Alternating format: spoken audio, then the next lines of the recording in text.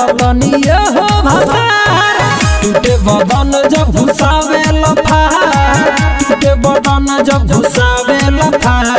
गवना करके ओनी पहिला बार धीरे से डालतनी हो भतार गवना करके ओनी पहिला बार धीरे से डालतनी हो भतार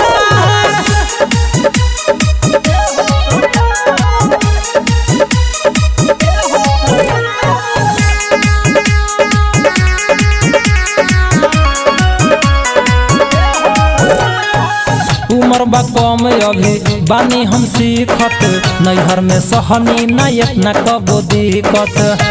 हरे राजा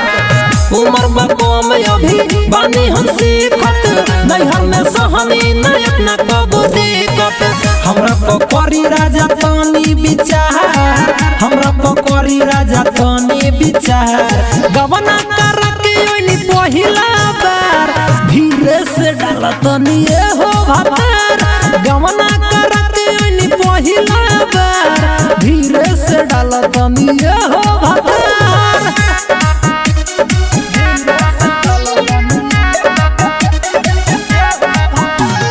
perfect recording studio Motihari music by Rajesh Sahni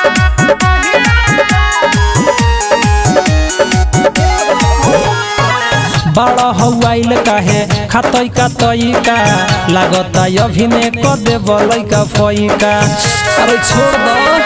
बड़ा हवाइल काहे खातई का तईका लागता अभी में क देबल का फईका राम बाबू परदीप ठोके कपार राम बाबू परदीप ठोके कपार गवना करके ओनी पहिला बार धीरे से डालतनी ए मोर भतार गवना करके ओनी पहिला बार धीरे से डालतनी हो भतार टूटे बदन जब घुसावे लफार टूटे बदन जब घुसावे लफार गवना करके ओनी पहिला बार धीरे से डालतनी हो भतार गवना करके ओनी पहिला बार धीरे से डालतनी